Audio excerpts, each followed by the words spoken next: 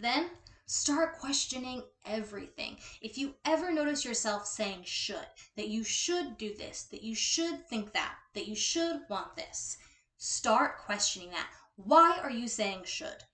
Why do you feel like this is an obligation, that it's what you're supposed to do, that you should feel this way, say this, be this, things like that? Why are you feeling that? Question where that comes from and question if that is authentic to you and how you actually feel. Because if you don't actually feel that way, why the fuck are you doing it?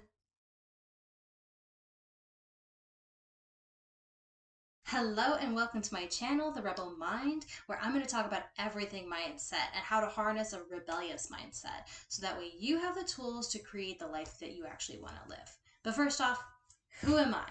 I'm Lauren. I am an entrepreneur and a copywriter and a person absolutely obsessed with everything mindset and self-improvement and stuff. So I wanted to start a channel to share what I have learned with you on how to harness a rebellious mindset, because embracing a rebel mentality is the single most valuable thing that I have learned in my journey of mindset.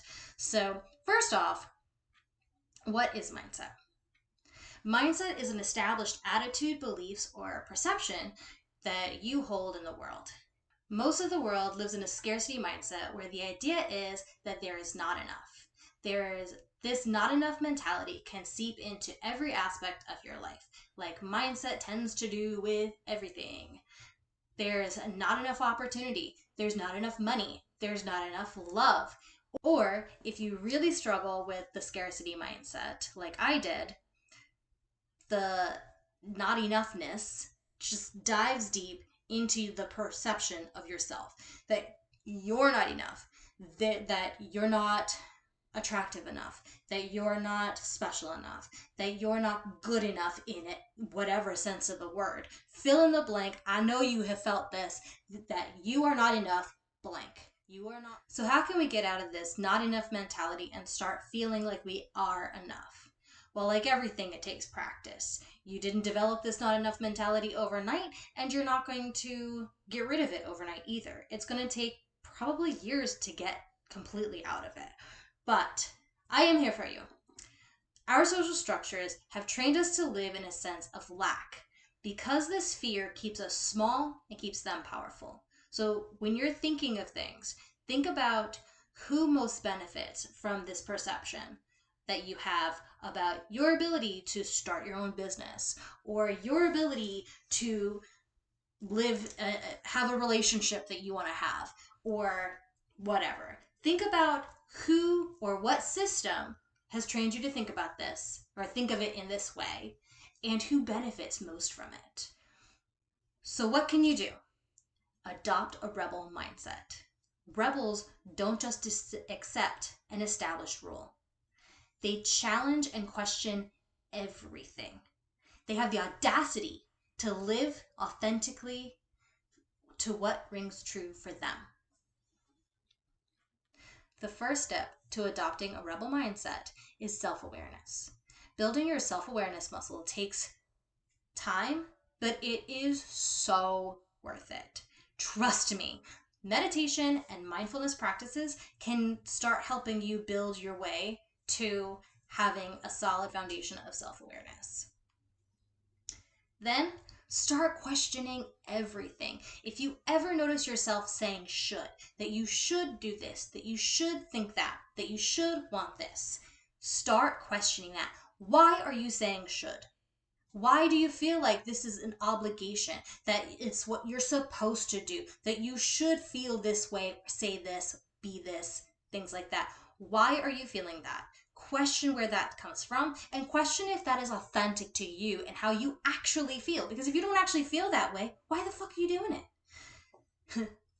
Cussing's going to be a thing on this channel. Just accept it. It might demonetize me eventually, but we'll cross that bridge when it gets there.